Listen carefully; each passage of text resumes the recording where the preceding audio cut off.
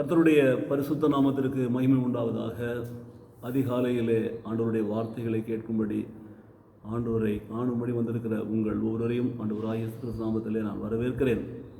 இன்றைக்கும் அதிகாலையில் இயேசுவோட நிகழ்விலே கர்த்தர் சொல்கிற ஆலோசனைகளை கேட்போம், அதன்படி வாழ்ந்து சுகித்திருப்போம். கர்த்தர் நம்மை ஆசீர்வதிப்பாராக. உபாகமத்தில் 28ஆம் அதிகாரத்தில் நாம் 1 முதல் வசனங்களை தியானித்து கொண்டு வருகிறோம் கடந்த நாட்களில். இன்றைக்கும் பாருங்கள், 28ல் 2 வாசிக்கிறேன். நீ உன் தேவனாய கர்த்தரின் சத்தத்தை செவி கொடுக்கும் பொழுது இப்போ சொல்லப்படும் ஆசீர்வாதங்கள் எல்லாம் உண்மையில் வந்து பலிக்கும். அடுத்தது 6வது வசனத்தை வாசிக்கிறேன். நீ வருகையிலும் ஆசீர்வதிக்கப்பட்டிருப்பாய், நீ போகையிலும் ஆசீர்வதிக்கப்பட்டிருப்பாய். பார்த்தீங்களா? கர்த்தருடைய ஆசீர்வாதம் ஐஸ்வர்யத்தை கொடுக்கும், அதனோடு கூட வேதனையை கூட்ட மாட்டார். கர்த்தருடைய ஆசீர்வாதம் பெருக்கங்களை கொடுக்கும், அதனோடு கூட தீமைகளோ வேதனைகளோ வராது. கர்த்தர் ஆசீர்வதித்தால் அதை யாரும் தடுக்கவும் முடியாது. எனக்கு பிரியமானவர்களே, இதை தான் இந்த உபாகமத்தில் வாசிக்கிறவாங்க. எப்போ அதுதான் நாம் கவனிக்க வேண்டியது. இன்று நான் உனக்கு விதிக்கிற உன் தேவனாய கர்த்தரின் கட்டளைகளின்படி எல்லாம் செய்ய நீ கவனமாக இருக்கும்படிக்கு அவள் சத்தத்திற்கு உண்மையாக நீ செவி கொடுப்பாய், ஆனால் பூமியில் உள்ள எல்லா ஜனங்களையும் கர்த்தர் உன்னை மேன்மையாக வைப்பார். சொல்லப்படுற ஆசீர்வாதம் வந்து பலிக்கும். ஒன்று பார்த்துன்னு வந்துட்டு பாருங்கள். 6ல் பாருங்கள், நீ வருகையிலும் ஆசீர்வதிக்கப்பட்டிருப்பாய், நீ போகையிலும் ஆசீர்வதிக்கப்பட்டிருப்பாய். So there is a blessing in both of your coming and going. வீட்டிற்குள் வருகிற பொழுதும் ஆசீர்வாதத்தோடு ஆசீர்வதிக்கப்பட்டிருப்பாய், வந்த உடனே வீட்டை விட்டு வெளியில் போகும்போது நீ ஆசீர்வதிக்கப்பட்டிருப்பாய். அப்படின்னு என்ன அர்த்தம்? வேலை நிமித்தமாக மற்ற காரியங்கள் நிமித்தம் வெளியில் போகிற பொழுது கர்த்தர் உன்னை ஆசீர்வதித்திருக்கிறார், ஆசீர்வதிக்கப்பட்டிருப்பாய். அதான் புரிந்து கொள்ள வேண்டும். when you go out, you have already been blessed by the Lord. So we are going only with the blessing of the Lord. Whatever you do, you will succeed in all your work. So that is the promise given today in the morning. நல்லா கவனிச்சுக்கோங்க. 2வது, உள்ளே வருகையிலும் நீ ஆசீர்வதிக்கப்பட்டிருப்பாய், ஆசீர்வாதத்தோடு நீ வருவாய். இங்கே வீட்டில் வருகிற போது ஆசீர்வாதத்தை பெற்றுக்கொள்வாய். பார்த்தீங்களா?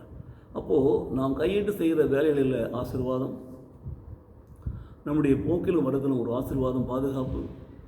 நம்முடைய கையிட்டு செய்கிற வேலைகளை மாத்திரமல்ல, எந்த காரியத்துக்காக போகிறோமோ அதில் ஒரு ஜெயம், வெற்றி.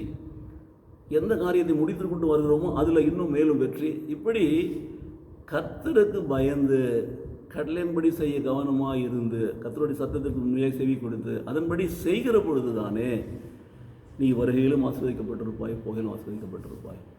ஸோ என்ன மிக முக்கியமான ஒரு காரியம், நாம் எப்பொழுதும் ஆண்டவருடைய சத்தத்திற்கு செவி கொடுக்கிறவர்களாக இருக்க வேண்டும். செவி கொடுத்தல் என்று சொன்னால் அதன்படி செய்கிறவர்களாக இருக்க வேண்டும். செய்வதென்று சொன்னால் உண்மையாய் செவி கொடுத்து செய்ய கவனமாக இருக்க வேண்டும்.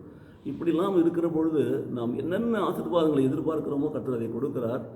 வேதனையற்ற ஆசீர்வாதம், சோதனைகள் இல்லாத ஒரு ஆசீர்வாதம், உபத்திரவம் இல்லாத ஒரு ஆசீர்வாதம், விரும்புகிறபடியே ஒரு ஆசீர்வாதம், ஆசீர்வாதத்திற்கு மேல் ஆசீர்வாதம். பார்த்தீங்களா? இவைகளெல்லாம் பெற்றுக்கொள்ள வேண்டும் என்று சொன்னால், எனக்கு பிரியமான சகோதரி சகோதரி, இந்த காலை வேளையில் ஆண்டவர் சொல்கிற ஆலோசனை என்ன? நீ நிச்சயமாய் கர்த்தருடைய கட்டளையின்படி செய்ய கவனமாக இருக்கணும்.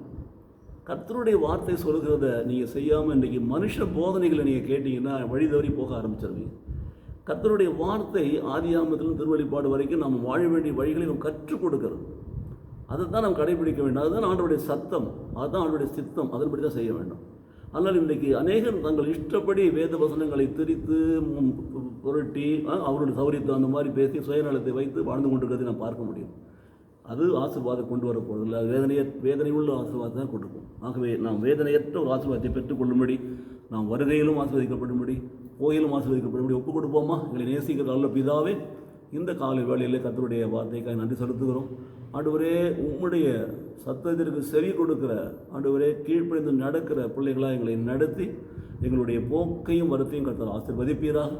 போக்கிலும் வரத்திலும் கரம் கூடவே இருந்து உங்களுடைய சமூகம் முன்பாக சென்று எல்லாவற்றிலும் எங்களுக்கு பாதுகாப்பை கொடுத்து எங்கள் காரியங்களில் ஜெயம் கொடுத்து எங்களை ஆசீர்வதிக்க வேண்டும் என்று நாங்கள் ஜெபிக்கிறோம். ஆசீர்வதிப்பீராக. இயேசு கிறிஸ்து நாமத்திலே பிதாவே. ஆமென், ஆமென்.